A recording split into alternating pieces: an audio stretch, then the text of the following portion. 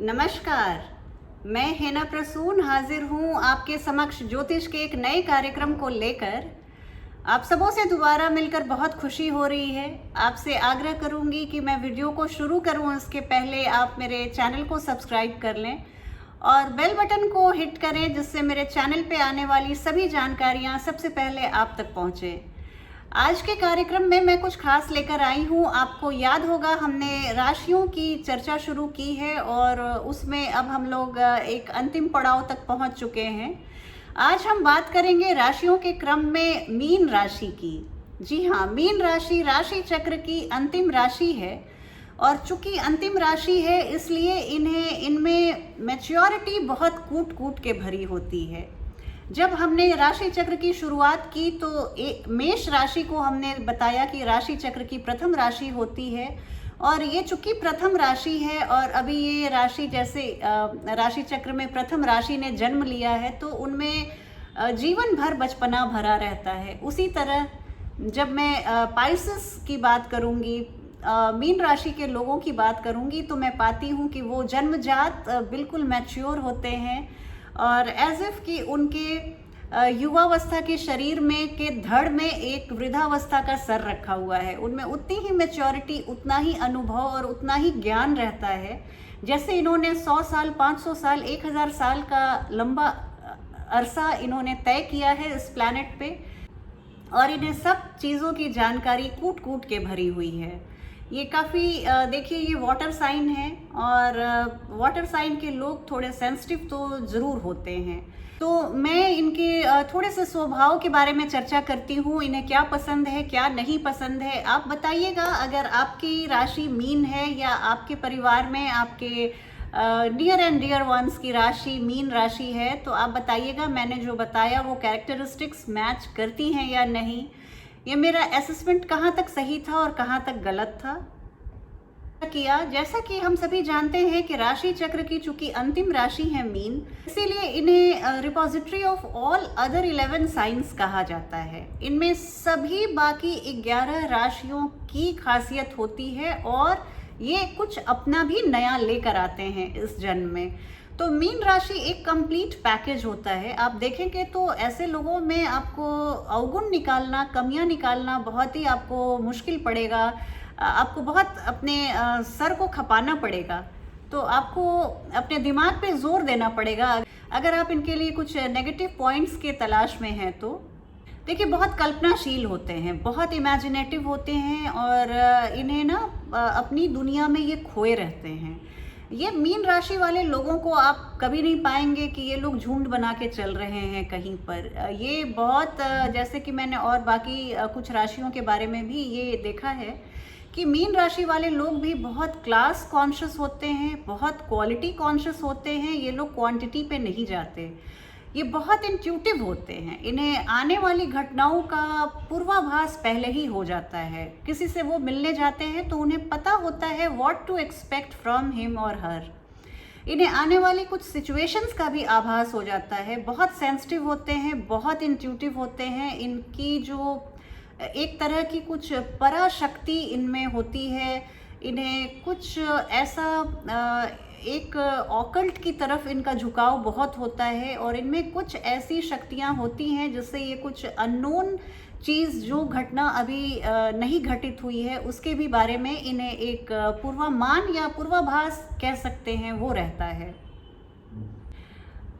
अगर मीन राशि के लोग आपके परिवार में हैं तो वो आर्टिस्टिक चीज़ों के लिए, कला के लिए ये बिल्कुल उसी तरह से आकर्षित होते चले जाते हैं जैसे शमा के ऊपर जो परवाना, जो फायर के ऊपर जो मॉथ घूमता है ना, ठीक उसी तरह से इन्हें आर्ट, आर्टिफैक्ट्स, ये सब चीज़ें बहुत अपील करती हैं। इन्हें इन सब चीज़ों का बहुत टेस्ट होता है और उस चीज़ों की, बहुत ऐसी चीज़ों की परख होती है।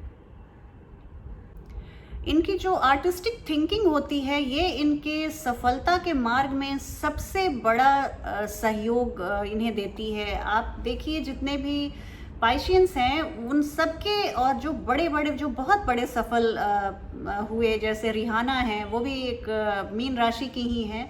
इन्होंने अपने म्यूज़िक में कुछ इतना नेचुरल अपना आर्टिस्टिक टैलेंट लगाया जो कि वो बहुत आउट ऑफ बॉक्स कहा जाएगा। तो ये एक मीन राशि वाले लोगों के बारे में मैंने देखा है कि उनके सफलता के पीछे उनकी कुछ अद्भुत सोच छुपी होती है। वो लीक से हट के काम करते हैं, वो run of the mill production जो होता है उस पे विश्वास नहीं करते हैं। वो हमेशा अपनी किसी भी चीज़ में, वो एक कप चाय भी बनाते हैं तो कुछ स्पेशल उसमें उनका कुछ यूएसपी, उनका कुछ ट्रेडमार्क वो बहुत रहता है जो उन्हें बहुत डिस्टिंक्टिव बनाता है।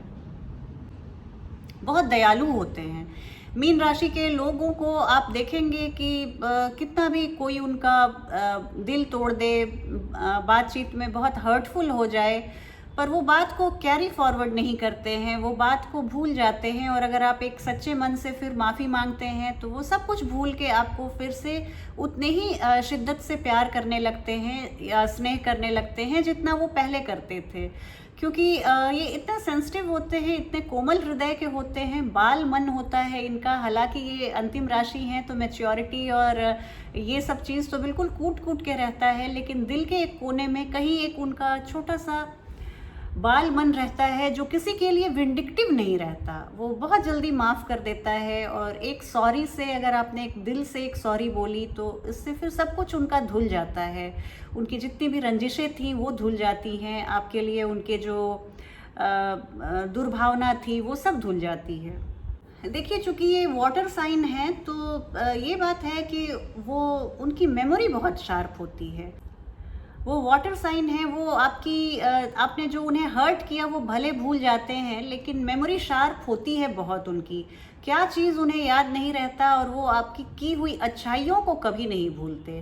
वो एक बहुत ही एक ग्रेटफुल हार्ट होता है उनका। एक टिपिकल मैं मीन राशि वाले लोगों की बारे में बात करूं तो बहुत वो ग्रेटफुल रहते हैं। और ख़ास करके आपने अगर उन्हें कुछ ऐसा किया है जो आपने एहसान या कोई भी चीज़ जो आपने उनको मौके पे मदद की है उसको वो ज़िंदगी भर याद रखते हैं, कभी नहीं भूलते हैं।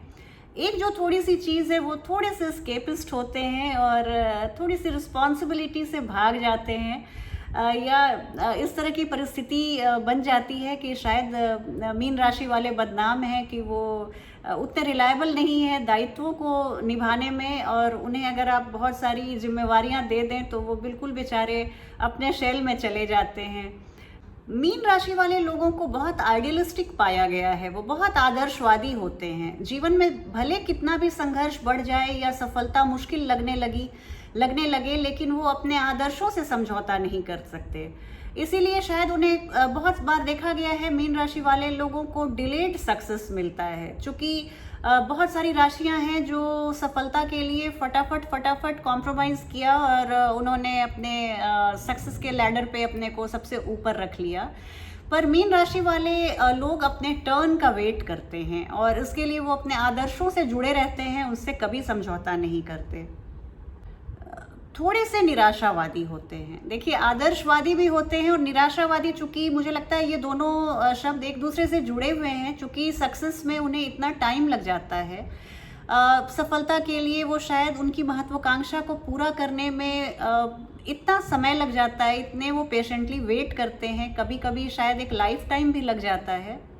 तो इन सब बातों से कहीं किसी पॉइंट पे फिर निराशा घिरने लगता है उनके मन में, निराशा घिरने लगती है उनके मन में।